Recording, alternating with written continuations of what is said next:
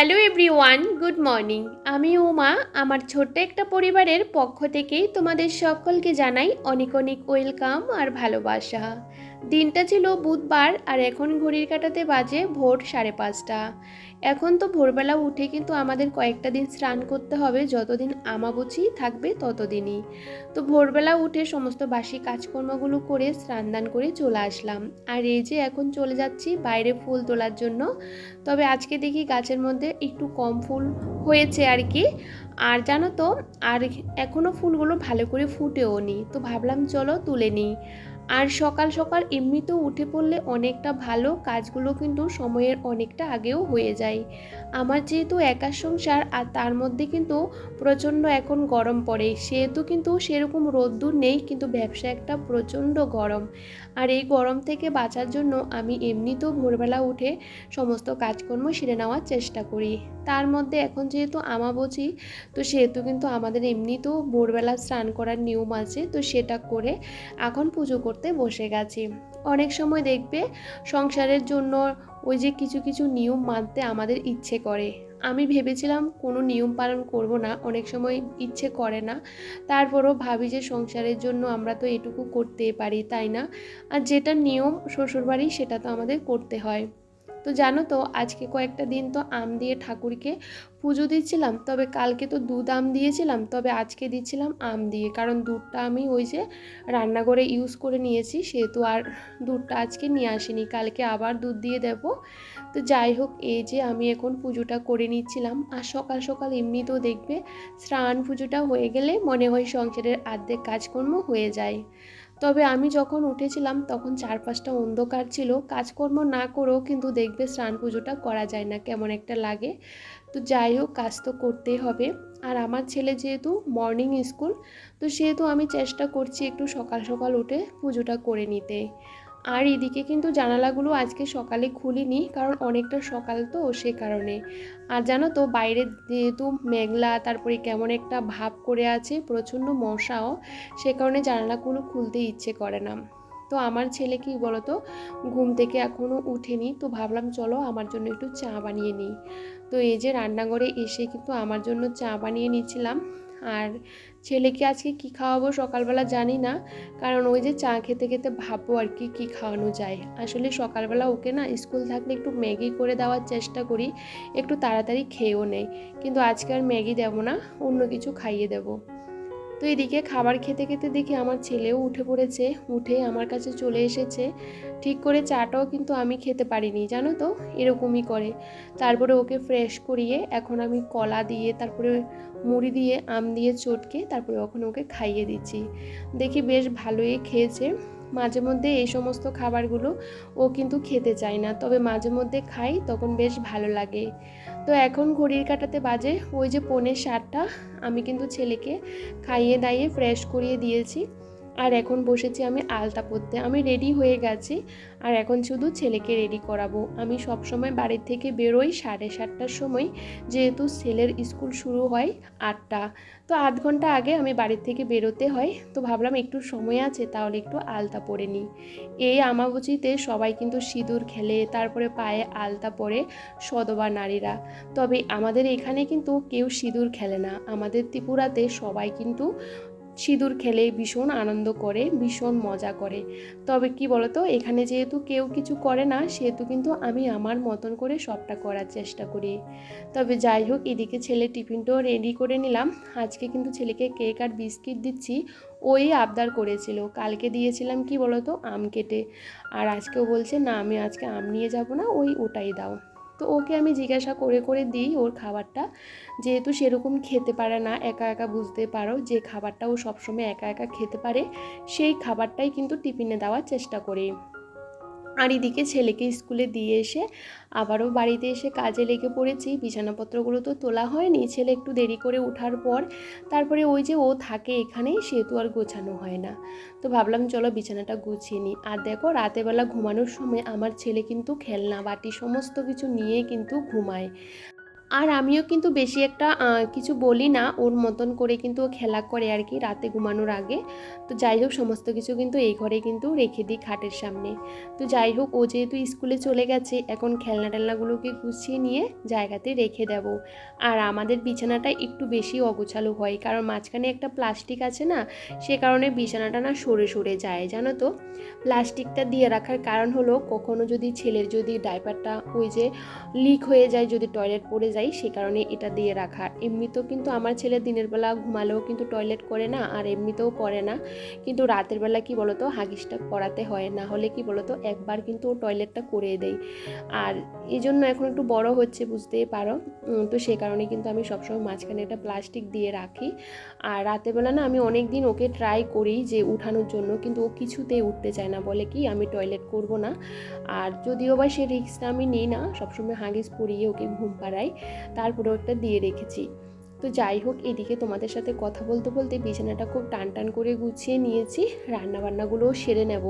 আর সকাল সকাল না আমি এত দৌড়াদৌড়ি করি ঘরে বাইরে সমস্ত কাজগুলো, যেহেতু আমাকে একা হাতে সামলাতে হয়, সে কারণে কি বলতো বন্ধুরা প্রচণ্ড গরম লাগে। আমি সকাল থেকে না এক ফোঁটা বসার সময় পাইনি। আমি যত ভোরবেলা উঠি না কেন কাজের পরিমাণটা অনেকটা থাকে, আমি চেষ্টা করি কাজগুলো তাড়াতাড়ি কমপ্লিট করে নিজের মতন করে একটু সময় কাটানোর জন্য। কাজকর্ম ফেলে রেখে না আমার একদমই বসে থাকতে ইচ্ছে করে না। আর ওই ঘরটা কিন্তু আমি প্রত্যেকটা ফার্নিচার ভালো করে সকালবেলা ডাস্টিং করে ঘরটরগুলো ভালো করে পরিষ্কার করে ঘরটর মোছা হয়। কিন্তু যেহেতু অনেকটা ভোরবেলা উঠি, তার মধ্যে ছেলে যেহেতু এই ঘরে ঘুমিয়ে থাকে, এই ঘরের কাজগুলো না সেরকম করা হয় না। তো অন্যান্য কাজগুলো কিন্তু আমি করে নিই। আর জানো তো বন্ধুরা, কাজ করতে আমার ভীষণ ভালো লাগে। আর সবসময় কাজের মধ্যে থাকলে না নেগেটিভ চিন্তাধারা থেকে অনেকটা দূরে থাকা যায়। আমি মনে করি সংসারটা এমন একটা জিনিস যেটা সংসারের মধ্যে থাকলে বেশ ভালো। আর সংসারের কাজকর্মগুলো করতে করতে অনেকটা সময় কিন্তু চলেও যায়, আমরা এক ফোঁটাও বুঝতে পারি না। তবে নিজের সংসারের কাজগুলো তো নিজের মতন করে করতে পারলেও অনেকটা ভালো লাগেও কাজ করে। তো আমি এখন বেডরুমটাকে ভালো করে গুছিয়ে নিচ্ছি, তার আগে ড্রেসিং টেবিল তারপরে আলমারি সমস্ত কিছুকে ভালো করে মুছে নিচ্ছিলাম।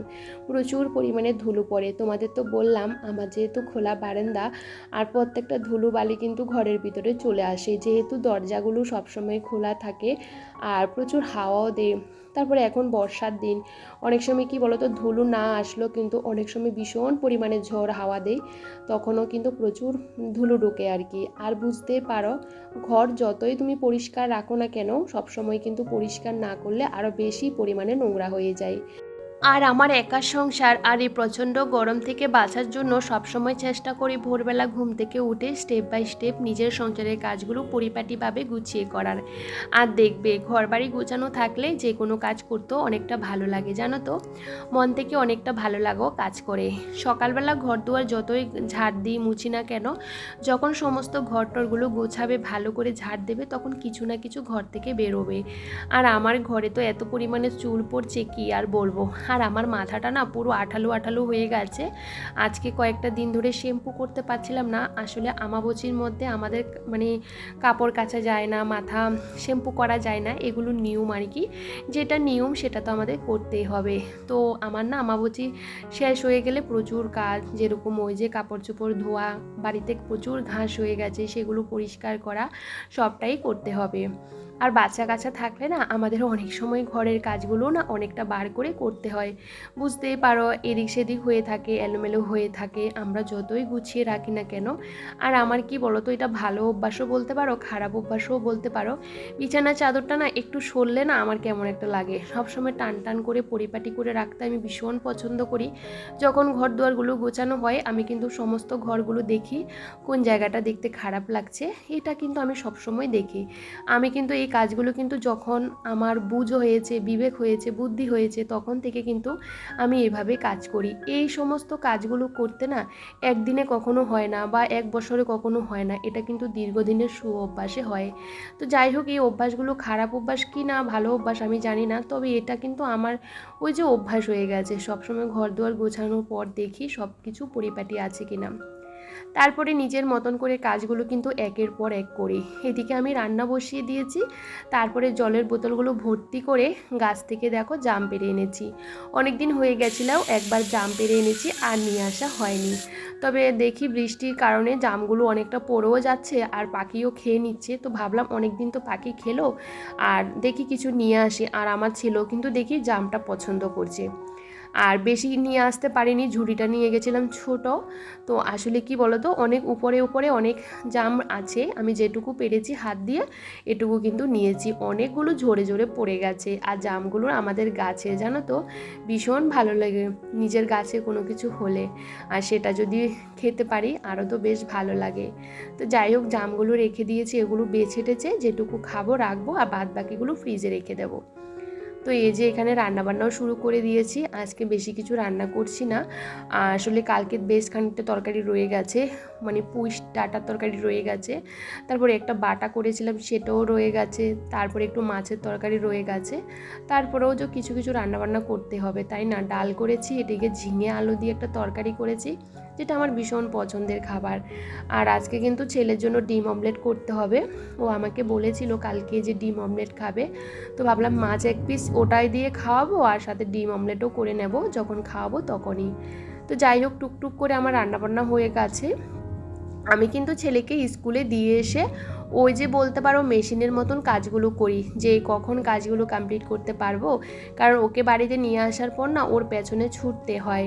আর আজকে ওর বাবা ফোন করেছে, ওর জন্য একটা সাইকেল অর্ডার করেছিলাম আরও বেশ কিছুদিন আগে, ওটা আসবে। ও তো অনেক দিন থেকে অপেক্ষা করে আছে যে সাইকেলটা কবে আসবে, তো ও তো ভীষণ খুশি হয়ে যাবে। তো উনি আসবেন, তো ভাবলাম চলো তার আগে আমি ছেলেকে নিয়ে স্কুল থেকে চলে আসি। আর এখন কিন্তু বেশি একটা বাজে না, আমার ছেলের স্কুল ছুটি হয় 10:30, আমি কিন্তু বাড়ির থেকে ওই যে 15 মিনিট বা 20 মিনিট আগে বেরোই, তাহলে হয়ে যায়। তো যাই হোক, তার মধ্যে কিন্তু আমি অনেকটা তাড়াহুড়ো করে সংসারের কাজগুলো করি। সকালবেলা তো ঘর দুয়ার মুছেছি, কিন্তু রান্নাবান্না করার পর ঘরগুলো একটু না মুছলে ভালো লাগে না। আর জানো তো, এই যে ঘরগুলো এখন আরেকবার করে মুছে নিয়েছিলাম, আর তারপরে বেশ ভালো লাগে। দেখবে ঘর দুয়ারগুলো গোছানোর পর, ঝাড় দেওয়ার পর। আর এমনি তো আজকে আলতা পরেছিলাম, আর যত ঘরে হাঁটাহাঁটি করছি আলতা লেগে যাচ্ছে। সাথে কিন্তু ওই যে টাইলসগুলো সাদা কালার, তো অনেক সময় পায়ের ছাপ পড়ে থাকে, কেমন একটা লাগে। তো ভাবলাম চলো এখন কিন্তু ঘরটা ভালো করে ঝাড় দিলাম, কারণ ওই যে ঘর মোছার আগে কিন্তু আরেকবার ঝাড় দিয়ে নিয়েছি। সেটা ঘর পরিষ্কার থাকলেও কিন্তু এগুলো আমি করি, দেখবে ঘর পরিষ্কার থাকলেও কিন্তু যখনই ঝাড় দেবে কিছু না কিছু ঘর থেকে বেরোয়। আর এখন কিন্তু ঘরটা ভালো করে মুছে নিয়েছিলাম, সকালবেলা মুছলেও কিন্তু আমাকে কিন্তু রান্নাবান্না করার পর আবারও একবার মুছতে হয়। তো যাই হোক, এখন এই যে দুটো ঘর ভালো করে মুছে নিয়েছি, রান্নাঘর, এখন বারান্দাটাও মুছে নিচ্ছি। তারপরে নিজে ফ্রেশ হবো, তারপরে কিন্তু ছেলেকে নিয়ে আসতে যাব। আমি সব সময় চেষ্টা করি সকাল থেকে একদম এক নিঃশ্বাসে সংসারের কাজগুলো করার জন্য। এক ফোঁটা বসি না, কারোর সাথে সময়ও নষ্ট করি না কথা বলে, নিজের মতন করে সংসারের কাজগুলো তাড়াতাড়ি করে করে নেওয়ার চেষ্টা করি। তাতে অনেকটা সময়ও কিন্তু হাতে থাকে, আর নিজের মতন করেও কিন্তু কাজগুলো করাও যায়। যাই হোক, এদিকে একটা ফটো লাগিয়েছি সোফার পেছনে, কারণ ওই দিকে না ফটো লাগানো ভালো না, বাস্তু দোষ আছে আর কি। তো ভাবলাম ওখান থেকে খুলে সব অন্য অন্য সাইডে লাগাবো, কারণ আমি না অনেক কিছু জানি না, তবে এখন মোবাইল থেকে অনেক কিছু জানতে পারি। তো আমার বিয়ের ফটোটা দেখেছো ওই ওয়ালে লাগিয়েছি, ওটা ঠিক আছে, কিন্তু অন্য যে ওয়ালটার মধ্যে লাগিয়েছিলাম ওই টিভি যে সাইডে, ওটাতে লাগানো ভালো না, ওখানে আরও একটা ফটো ফ্রেম রয়েছে, সেটাও আমি সরিয়ে নেব। তো যাই হোক, এদিকে ছেলেকে বাড়ি নিয়ে আসার পর তারপরে আমি মুখ হাত পাগুলো ধুয়ে ছেলেকে স্নান দান করিয়ে দিয়েছি। তারপরে আজকে একটু তাড়াতাড়ি ছেলেকে ভাতটা খাইয়ে দিয়েছিলাম, কারণ যেহেতু সাইকেল আসবে, ও কিন্তু সাইকেলটা কাছ থেকে একদমই সরবে না। তো খাওয়া দাওয়া করিয়ে আমিও কিন্তু খাওয়া দাওয়া সেরে নিয়েছি। আজকে আমি আর ছেলে 12টার মধ্যে খাওয়া দাওয়া কমপ্লিট করে নিয়েছিলাম। তারপরে ভীষণ একটু খিদেও পেয়েছে, তো ভাবলাম চলো একটু জাম খাই আর কি। তো ছেলেকে যেহেতু খাওয়াবো, সেহেতু লঙ্কা টঙ্কা কিছুই দিইনি, এমনি একটু নুন দিয়ে দিলাম। তো সেটা আমি আর ছেলে খাবো। আর এদিকে সাইকেলও চলে এসেছে, আর ও তো কিছুতেই জাম টাম কিছুই খাবে না।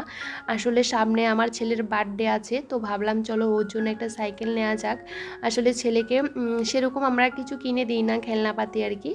তো ভাবলাম না, একটা সাইকেল কিনে দিই, কারণ অনেক দিন থেকে ছেলে বলছিল। তো সাইকেলটা কেমন হয়েছে বলো তো।